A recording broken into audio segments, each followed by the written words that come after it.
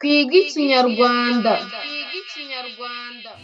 Kumenya gusoma ni ingenzi mu buzima, ntiwajijuka utazi gusoma. Iki ni ikiganiro Twiga Ikinyarwanda kigenewe abanyeshuri biga mu mwaka wa mbere w'amashuri abanza. Gikorwa n'ikigo gishinzwe guteza imbere uburezi mu Rwanda ku bufatanye na USAID Mumenye ku nkunga y'ikigo cy'Abanyamerika gishinzwe iterambere mpuzamahanga USAID. Dusome kenshi tumenye byinshi, muhore muduha urubuga rwo gusoma, bizadufasha mu buzima. Mume urubuga nsome. Muraho neza abanyeshuri bo mu mwaka wa mbere. Nitwa Dativa, ndi umwarimu w'Ikinyarwanda. Muri iyi minsi rero ngiye kubabera umwarimu maze mbafashe kwigira kuri radiyo mu gihe muri mu rugo iwanyu. Buri munsi tuzajya dukora ibikorwa binyuranye byo kwigira hamwe, mu gihe ababyeyi, abavandimwe cyangwa se abantu bakuru mu bana babari hafi bashobora kujya babafasha. Murasabwa gutega amatwi mwitonze amabwiriza. Tuzagira inyigisho zishimishije muri iyi gahunda yo kwigira mu rugo. Ese muriteguye? Uyu ni umunsi wa mbere wa gahunda ya Twiga Ikinyarwanda. Tugiye gusubiramo inyuguti n'amajwi mwize. Turasubiramo inyuguti ya I. Turiga kandi uko bandika iyo nyuguti ya I. Ni byiza ko mushaka aho muza kwitoreza kwandika. Byaba byiza mufashe aka kanya gato mugashaka urupapuro cyangwa agakayi n'ikaramu muri bwifashishe mu myitozo yo kwandika. Aka karirimbo ngiye kubashyiriraho ntikarangire mutaragaruka iruhande rwa radiyo kugira ngo dukomeze twige. Ngaho nimunyaruke muzane ibyo mwandikaho niba ntabyo mufite iruhande rwanyu. Ababifite namwe nimukomeze mwumve aka karirimbo, turakomeza kwiga mu kanya. Muri abana beza cyane.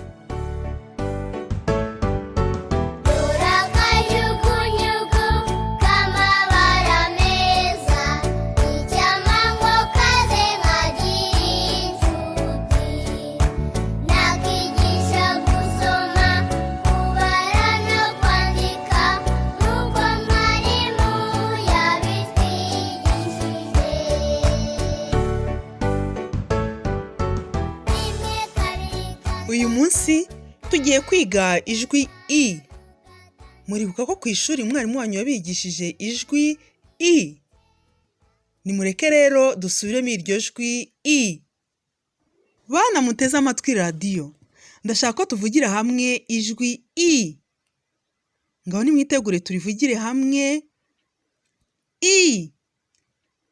I. I. Ni byiza cyane.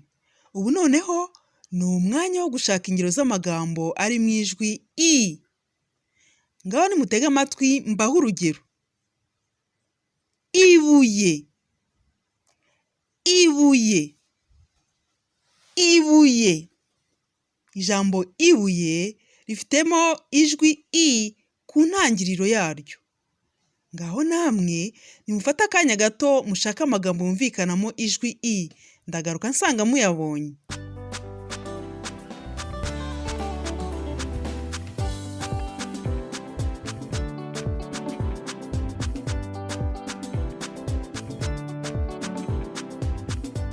Ndongeye ndagarutse.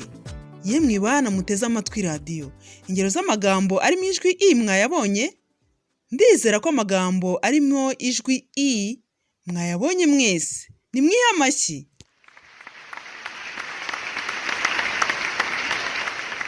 Ubu noneho reka dukine agakino ko gutahura ijwi I mu magambo.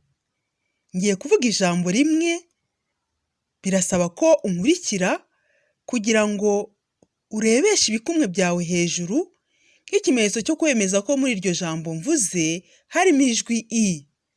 Ariko niwumva mu ijambo mvuze nta jwi I ririmo, urarebesha ibikumwe byawe hasi nk'ikimenyetso cyo guhakana.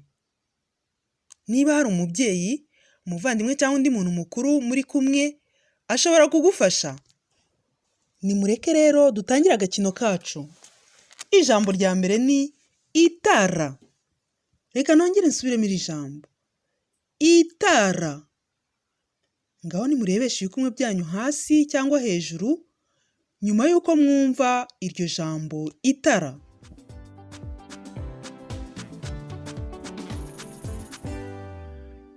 Mbese mwarebesheje ibikumwe byanyu hasi cyangwa hejuru? Nizere ko mwese mwabirebesheje hejuru kubera ko mu ijambo itara harumvikanamo ijwi i. Nibyo koko mu ijambo itara harimo ijwi i. Ibikumwe byacu birareba hejuru. Ni byiza cyane. Reka rero twongere dukore undi mwitozo. Muriteguye? Mwibuke ko nimwumva i mu ijambo ngiye kuvuga, murebeshe ibikumwe byanyu hejuru. Mwakumva nta jwi i ririmo, mukarebesha ibikumwe byanyu hasi. Iryo jambo ni ikaramu. Reka nsubiremo, ikaramu.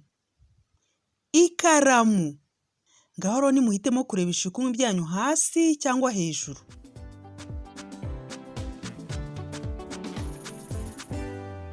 Mwarebesheje ibikumwe byanyu hejuru? Niba ari uko mwabikoze neza, kubera ko mu ijambo ikaramu harimo ijwi i. Nimureke noneho dukore irindi jambo. Iryo jambo ni urukweto. Reka nsubiremo iryo jambo, urukweto.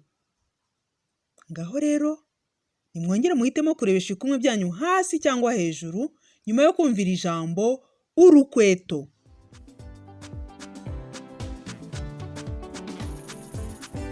Ibikumwe byanyu se mwabirebesheje hasi?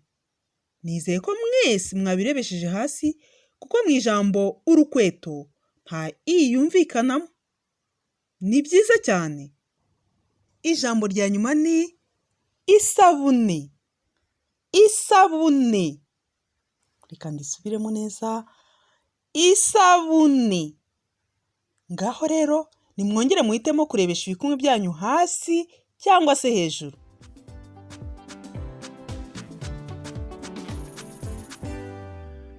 Ibikumwe byanyu mwabirebesheje hejuru se?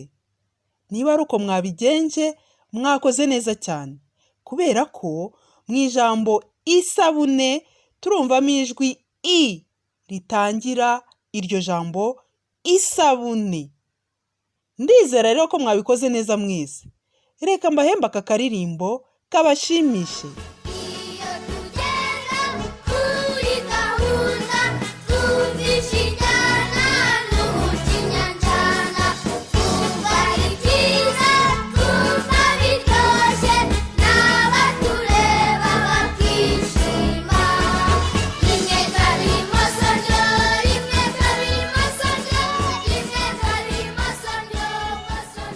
Turimo gukurikira amasomo y'Ikinyarwanda agenewe abanyeshuri biga mu mwaka wa mbere.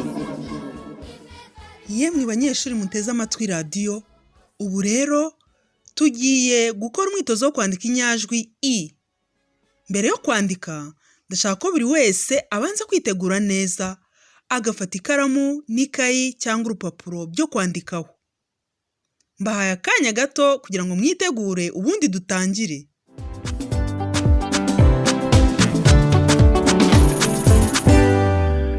Muriteguye? Mwibuke ko iyo bandika inyajwi i, bandika akarongo gato gahagaze, noneho hejuru bagashyiraho akadomo. Twiga Ikinyarwanda. Ngaho fata ikaramu yawe, yikoze ku rupapuro, uzamure ukore akarongo gato gahagaze, hanyuma ushyire akadomo hejuru gato y'ako karongo gahagaze wanditse. Wabikoze? Ni byiza cyane. Twiga Ikinyarwanda. Reka twongere tubikore ku nshuro ya kabiri. Fata ikaramu yawe, yikoze ku rupapuro, uzamure wandike ukore akarongo gato gahagaze. Hanyuma shyira akadomo hejuru gato y'ako karongo gahagaze umaze kwandika. Wayanditse? Yewe inanditse irasa nk'inkoni yikoreye akabuye ariko katayifasheho neza. Nawe se urabona i wanditse ariko imeze? Ngaho ereka umuntu mukuru muri kumwe akurebere niba wayanditse neza kuko. Mu gihe urimo umwereka i wanditse, reka mbe nkumvisha n'aka karirimbo kuko uri umwana mwiza. Ntujye kure ya radiyo kuko dukomeje twiga tugana ku musozo w'isomo ryacu. Sibyo?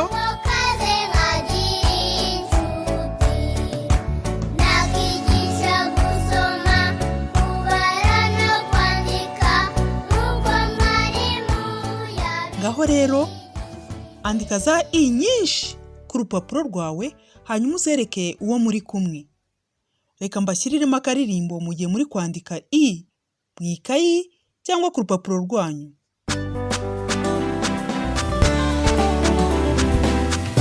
Kumenya gusoma ni ingenzi mu buzima, ntiwajijuka utazi gusoma. Bana mubikunde mukiri bato, dusomere ku ishuri no mu rugo.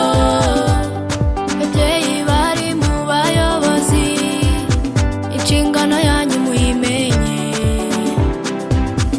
Tube hafi buri gihe, dusome kenshi tumenye byinshi. Muhore muduha urubuga rwo gusoma, bizadufasha mu buzima.